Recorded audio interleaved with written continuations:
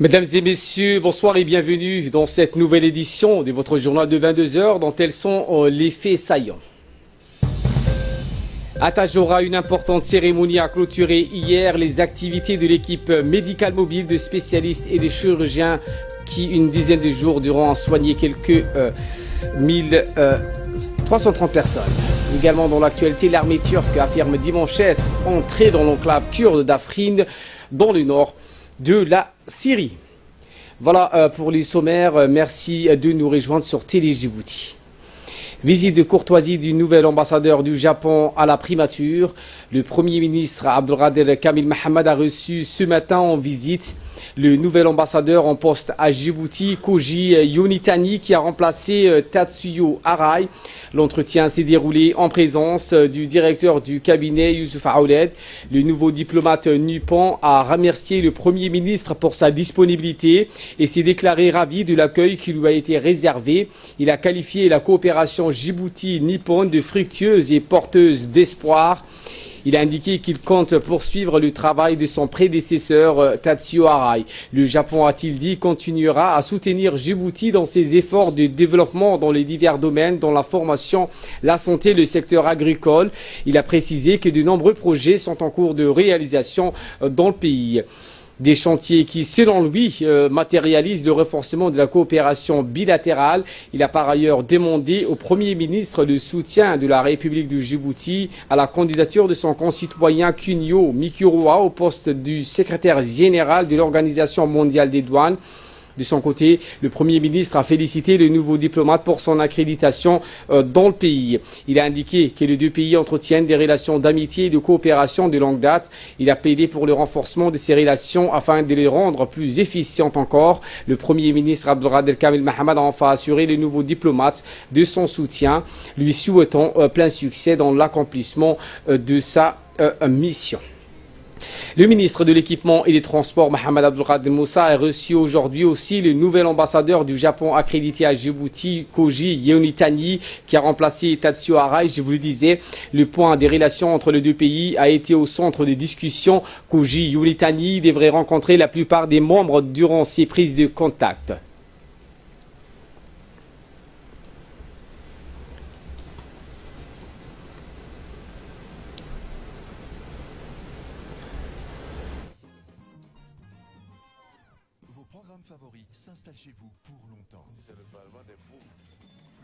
Nous vous le disions en titre, à Tadjoura, une importante cérémonie a clôturé hier les activités de l'équipe médicale mobile de spécialistes et de chirurgiens qui, une dizaine de jours durant, a soigné quelques 10 330 personnes. Asma Oubaker est avec nous ce soir pour la chronique et nous parler de cette cérémonie de clôture. Oui, alors effectivement, Ali, plusieurs membres du gouvernement ont effectué le déplacement pour cette cérémonie aux côtés du ministre de la Santé, le Dr Jamaï Miruki. Parmi les personnalités qui ont effectué le déplacement figure le ministre de l'Intérieur, Hassan Omar Mohamed, le ministre délégué à la décentralisation, Hamadou Mohamed Ramis, la secrétaire d'État aux affaires sociales, Mouna Ousmane Aden, l'ex-premier ministre de l'État, Mohamed de l'État, ainsi que de nombreux parlementaires. Alors, les représentants de l'OIM, Madame Lalini Verasami de l'OMS, Jafar Jalal et de la Banque mondiale à Djibouti à Toussek ont également fait partie des personnes qui ont effectué le déplacement à Tadjoura.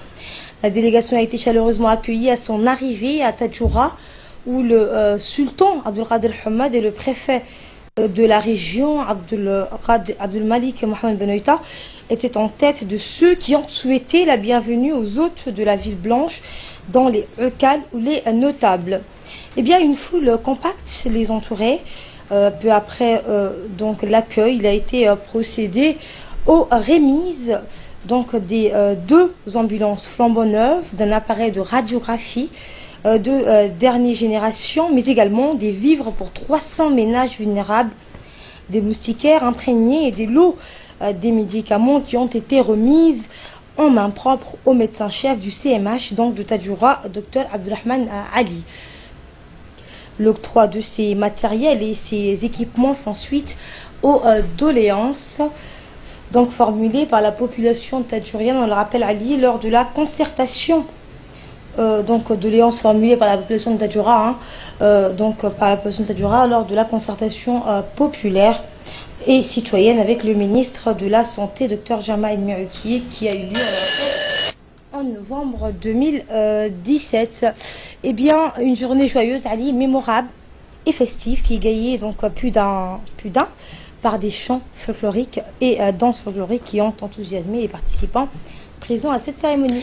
Merci Asma donc pour ces éclairages, et sans transition sur ces sujets, prenons la parole à cette occasion.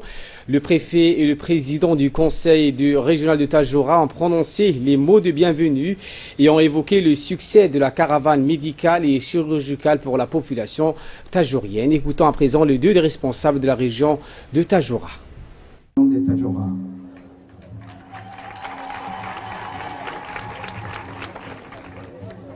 Le président l'a évoqué tout à l'heure, monsieur le ministre, c'est la 3e édition qui se réalise dans notre région. Le soin, comme vous le savez, la proximité des soins est une priorité du gouvernement. C'est pour lesquels...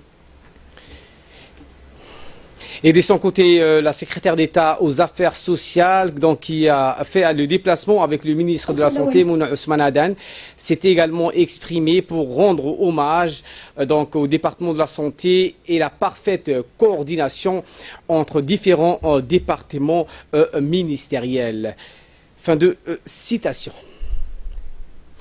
En tant que natif de la ville blanche, le ministre de l'Intérieur, Hassan Omar Mohamed, a fait part de sa pleine satisfaction en s'exprimant en langue afar quant au succès de la mission de l'équipe médicale mobile. Elle a permis donc de soigner, a-t-il indiqué, un très grand nombre de personnes sur place. Et enfin, le ministre de la Santé, Dr Jama El-Mierouki, a évoqué dans son discours les principaux objectifs recherchés à travers le déplacement de cette équipe médicale de chirurgiens et de spécialistes. Il a en outre rappelé que cette initiative découle de la vision politique du chef de l'État, Ismaël Marguerite, et qui reflète cette volonté de s'approcher constamment des patients. Je vous propose de suivre le ministre de la Santé. Région préfet, Conseil régional Abay, Kassale, Undanei Tai, Sayok Inki, Assalamu alaikum wa rahmatullahi wa barakatuh.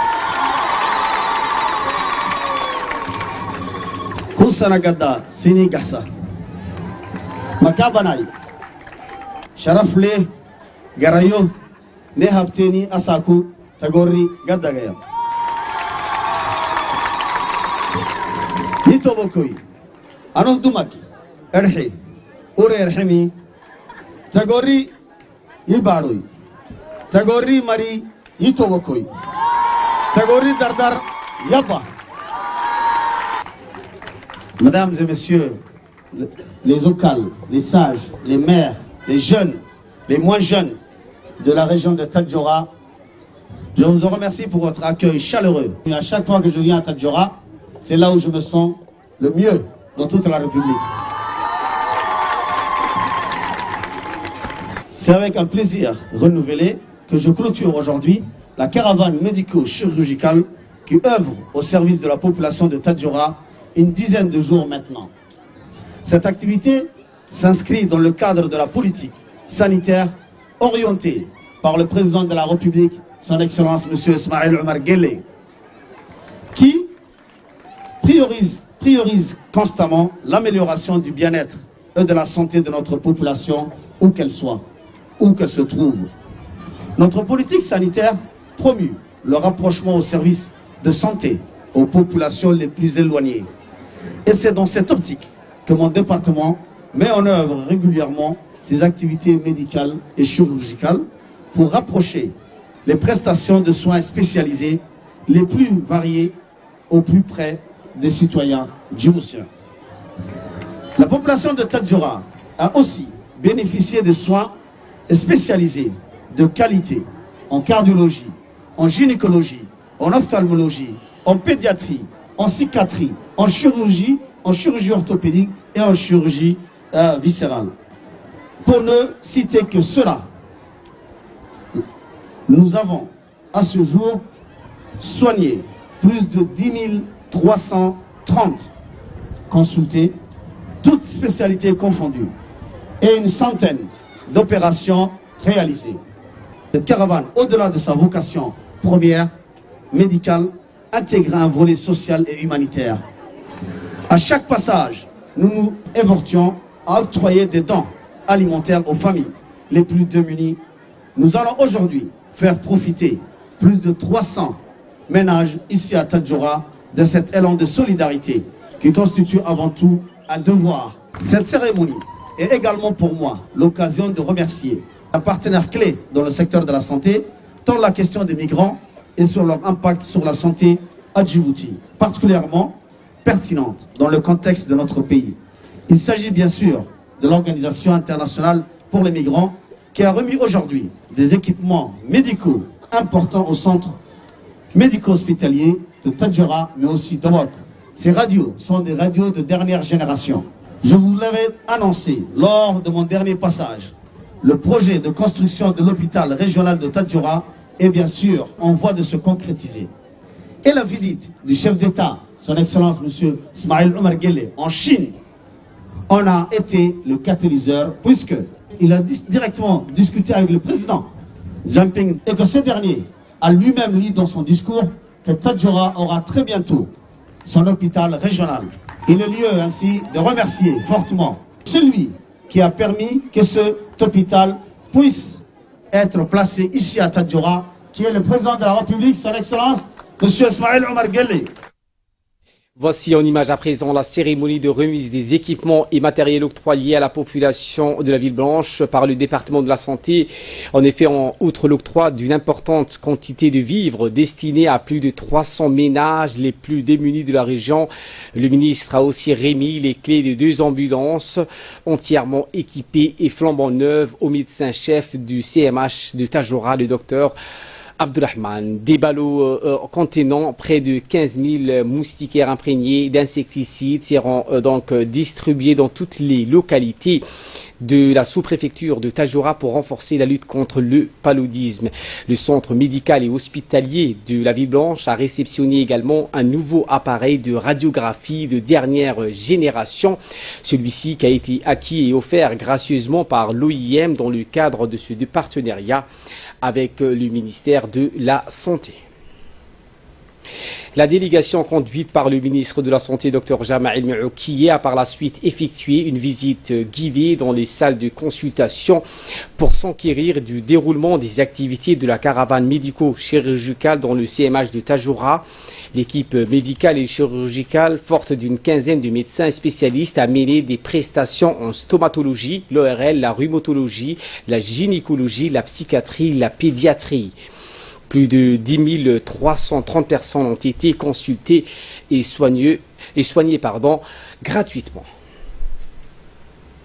Et dans l'après-midi d'hier, la délégation ministérielle conduite par le ministre de la Santé, Dr Jama' El-Moukiye, a rencontré les sages et les notables de la Ville Blanche afin de discuter et d'échanger sur les questions prépondérantes dans les domaines de la santé qui les préoccupent, mais également pour écouter leurs doléances. Était présent aux côtés du ministre de la Santé son collègue de l'Intérieur, Hassan Omar, la secrétaire d'État à la solidarité nationale, Mouna Ousmane Adan, ainsi que le ministre délégué à la décentralisation, Hamadou Aramis.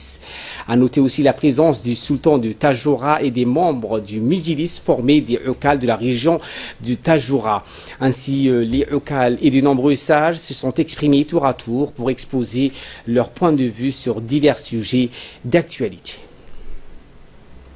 A noter également que le ministre de l'Habitat, de l'Urbanisme et de l'Environnement, Moussa Mohamed Ahmad, a effectué également hier un déplacement à Tadjoura. Ce déplacement vise donc à superviser l'état d'avancement des activités du projet intitulé « Mise en œuvre des technologies d'adaptation dans les écosystèmes fragiles des plaines centrales ». C'est un projet d'1 700 000 $. Un tel projet permettra aussi aux gens de gagner leur vie ou de trouver un emploi.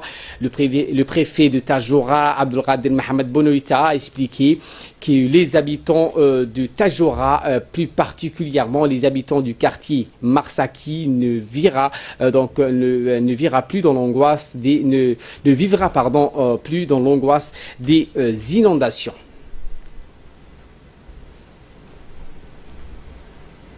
réalisé en Gavion. Cela va renforcer la protection de la ville, mais également de nouveaux constructions qui se réalisent ici devant la mer par le promoteur Burhan Ali Gadele. Donc ceci favorisera le développement de notre région. De son côté, le ministre de l'Habitat et de l'Environnement, Moussa Mohamed Ahmed, a annoncé que plusieurs grands projets phares sont en cours dans la région et dans leur localité. Écoutons le ministre. Aujourd'hui, on est à Tadjoura ville pour voir de près l'état d'avancement des travaux du digue de Marsaki. Et là, les choses ont avancé très bien. Et ces projets s'inscrivent dans le cadre de la lutte contre les effets changement climatique et financés par le FEM, Fonds de l'environnement mondial, avec un financement de 1 400 000 $. Lorsque nous avons lancé l'appel d'offres, une entreprise de Tadjoura qui a eu ce projet. Et les choses avancent bien. On est là pour voir l'état d'avancement des travaux. Et le but, c'est de protéger la ville de Tadjoura en général et plus particulièrement le quartier de Marsaki. Dans le cadre de la promotion de l'autonomisation des femmes à travers la mise en place des formations dans des secteurs innovants et de la nouvelle technologie, la ministre de la Femme et de la Famille a ce matin rendu une visite au centre de formation CASAF. Cette formation de l'audiovisuel est dédiée aux jeunes filles. L'objectif de la formation est d'offrir aux jeunes filles un moyen de générer des revenus en travaillant dans ce domaine afin d'être plus compétitifs sur le marché du travail grâce aux certificats qui leur seront délivrés à l'issue de la formation. Le lancement du programme de formation pour des personnes aveugles et malvoyantes organisé par la présidence de la République s'est ouvert ce matin au stade Hassan Goulet. Ce programme va continuer jusqu'au 6 février prochain. Le programme est une initiative du chef de l'État. C'est un devoir de solidarité qui est un pilier du développement social. Les personnes aveugles et malvoyantes ont des droits et des devoirs comme chaque citoyen afin d'améliorer leurs conditions de vie. Des formations élémentaires sont nécessaires comme l'utilisation de cannes afin de circuler librement et convenablement dans toutes les artères de la capitale. Plusieurs associations des aveugles et malvoyantes ont participé à cette formation issue du milieu défavorisé. Le programme est présidé par le secrétaire général de la présidence, Mohamed Abdullahi. Plusieurs secrétaires généraux et des parlementaires ont participé également au lancement du programme. Le programme sera animé tout au long de la semaine par deux experts, en l'occurrence de Ali Mahmoud et Idriss Moumine, qui sont les responsables des personnes à besoins spéciaux. Pour sa part, le secrétaire général de la présidence, Mohamed Abdullahi Ouaïs, a indiqué donc ce programme est une initiative du président de la République, Ismaël Marguerite, qui a donné donc une place importante et particulière aux personnes à besoins spéciaux. Ils doivent donc poursuivre davantage de programmes de formation, être indépendants et autonomes en mouvement.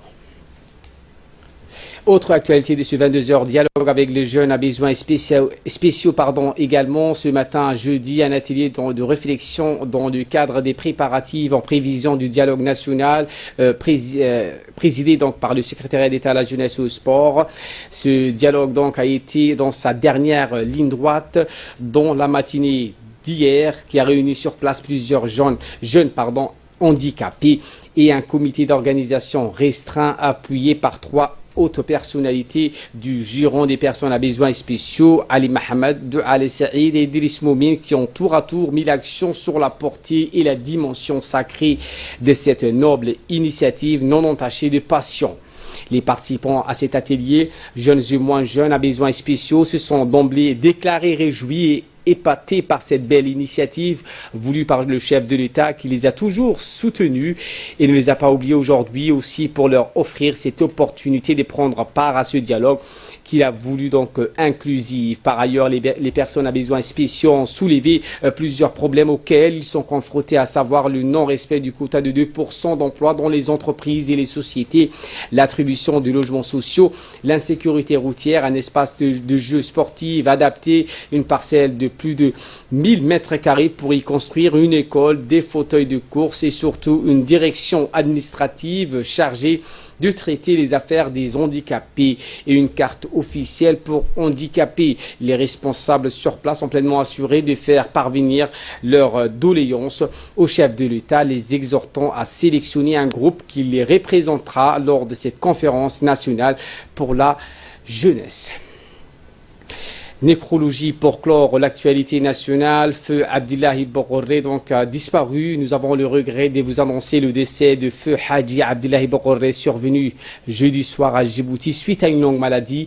Le défunt est né en 50 à Ali Sebié, a fait toute sa carrière au sein du ministère de la Santé où il a exercé le métier d'aide opérateur qualifié au bloc opératoire de l'hôpital général Pelletier. C'était une personnalité donc très respectée. Il a laissé derrière lui une famille de nombreux enfants, dont 5 enfants et des nombreuses petits enfants. Que le Tout-Puissant l'accueille dans son paradis éternel et que ait pitié de son âme. Inna lillahi wa inna ilayhi raji'un.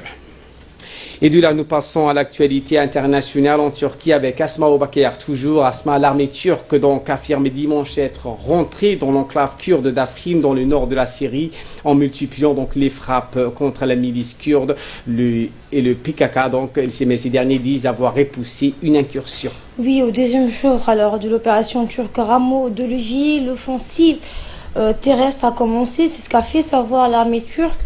Dans un communiqué publié aujourd'hui, des militaires turcs sont entrés dans la région d'Afrin, contrôlée par les unités de protection du peuple. C'est ce qu'a fait savoir donc le Premier ministre Binali Yildirim, cité par l'agence de presse Douane. Cette milice kurde est considérée comme terroriste par Ankara, mais soutenue par Washington.